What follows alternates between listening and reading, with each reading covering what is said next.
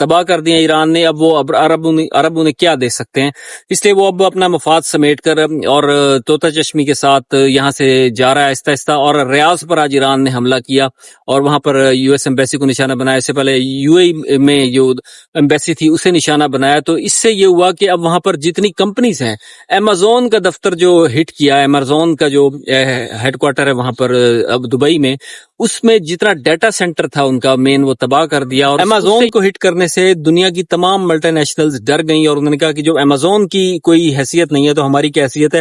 اب وہاں سے انویسٹر بھی بھاگنا چاہ رہا ہے اور وہاں پر ریل اسٹیٹ کی قیمتیں کوڑیوں کے بھاؤ ہو چکی ہیں. اور جو لوگ دوست ہمارے وہاں پر کام کرتے ہیں وہاں پر ریل اسٹیٹ کا، انہوں نے بتایا کہ وہاں پر ریل اسٹیٹ بری طرح سے گر چکی ہے. وہاں سے عرب کی طرف شفٹ کرنے جا رہے ہیں، لیکن اب کوئی مڈل ایسٹ کنٹری ایران کے میزائلوں سے محفوظ نظر نہیں آتی.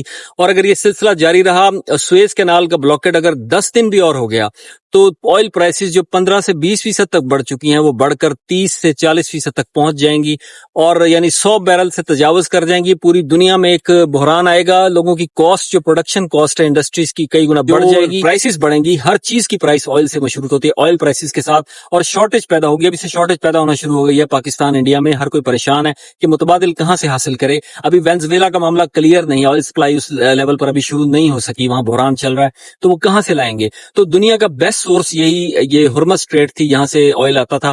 اب اسے بند کرنے کے بعد اب پاکستان، انڈیا، چائنا اور دنیا کا ہر ملک جو یہاں سے آئل لیتا تھا وہ اسے نقصان ہے. لیکن ایرانی پیٹرول جو انلیگل طریقے سے پاکستان آتا ہے، اس کا سلسلہ بھی کہا جاتا ہے کہ بند ہو چکا ہے. وہاں سے بارڈر کلوز ہیں اور انلیگل طریقے سے بھی ایرانی پیٹرول کی سینکڑوں ٹینکیاں جو ڈیلی آتی تھیں اور یہ پوری ایک بلیک منی یہاں پر چل رہی تھی پاکستان ایران میں، وہ ساری کی ساری بند ہو گئی. اب آئل کہیں سے نہیں آ رہا، پاکستان میں آئل شارٹیج ہو رہی ہے، انڈیا میں بھی پیدا ہوگی.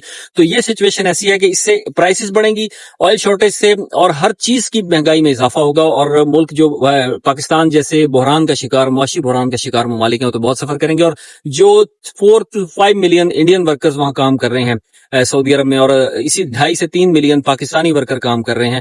اور پچھلے سال آپ کو بتاؤں کہ 5.5 لاکھ لوگوں نے سعودی عرب میں جابز کے لیے اپلائی کیا اور وہاں سے شفٹ ہوئے. دبئی میں 52,000 لوگ پاکستانی گئے تھے اور 1,70,000 انڈینز نے دبئی میں جابز حاصل کی 2025 میں.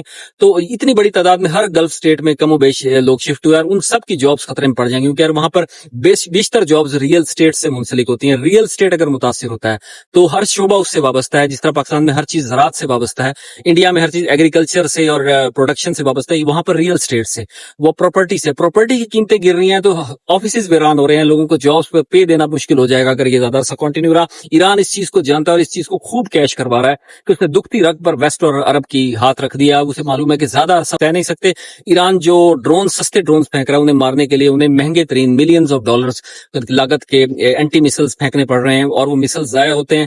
ایک ڈرون جو $300 سے 1,000 $5,000 تک کا بنتا ہے، $250 $240 کا بھی ایک ڈرون ہے، عام ڈرون جو آن لائن ملتا ہے، اس ڈرون میں چینجز کر کے ایران نے اسے حملے کے لیے یوز کیا. تو وہ ڈرونز یوز ہو رہے ہیں، انہیں مارنے کے لیے $1.2 to $4 ملین تک کے اینٹی میسلز پھینکے جاتے ہیں. یہ بہت بڑا لاس ہو رہا ہے، اور ان کے اینٹی میسلز کا ذخیرہ ختم ہو گیا.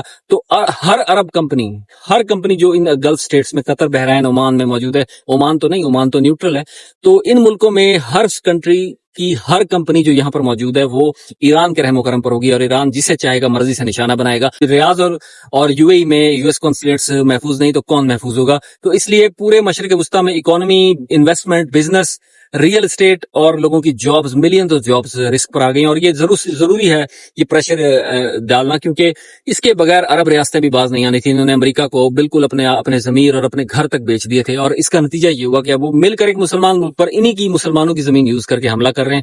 اور اس کا سبق سکھانا بہت ضروری تھا. اور یہ معلوم ہے ویسٹ کو بھی اور عربوں کو بھی کہ زیادہ عرصہ پریشر نہیں جھیل سکتے. میکسیمم 3-4 دن اور ہوں گے، آپ کو نظر آ جائے گا کہ انہوں نے گھٹنے ٹیک دیے ہیں. لیکن اگر نہ ٹیکے تو 1 مہینے کا مطلب ہے پوری گلوبل اکانومی تباہ ہو جائے گی. Global economy, millions of jobs متاثر ہوں گی. اور عرب میں اوورسیز پاکستانی جو عرب سرزمین پیننسولا پر، دبئی، قطر، بحرین وغیرہ میں ہے، بحرین میں تو بالکل رجیم چینج کے لیے پبلک موومنٹ جاری ہے. وہاں پر شیعہ گورنمنٹ آنے کے امکانات ہو سکتے ہیں اگر وہاں زیادہ حالات خراب ہوں. اور وہاں آل خلیفہ بالکل سر چھپاتے پھر رہے ہیں، تو وہاں پولیس کنٹرول نہیں کر پا رہی موب کو، کیونکہ وہاں ایک بڑی تعداد 55% آبادی جو ہے وہ اسی پرو ایران ہے، تو اس لیے وہاں سچویشن اور زیادہ ورس ہے۔ مڈل ایسٹ میں بھی ابھی لوگ سڑکوں پر نکلیں گے، جنہیں جابز جن کی ڈکلائن کی جائے گی، جنہیں تنخواہیں استفادہ دینا مشکل ہو جائے گا، تو یہ سارا بحران ہر چیز انٹر لنکڈ ہے۔ یہ جو ہرمز اسٹریٹ کو کلوز کرنا ہے، یہ وہ ترک کا پتا ہے جسے ایران نے یوز کر کے پورے ریجن کی معیشت کو، دنیا کی معیشت کو اپنے ہاتھ میں لے لیا۔ اب ایران سے نیگوشیٹ کرنے کے علاوہ کوئی اور راستہ نہیں ہے، اور ایران اس چیز کو خوب کیش کروائے گا۔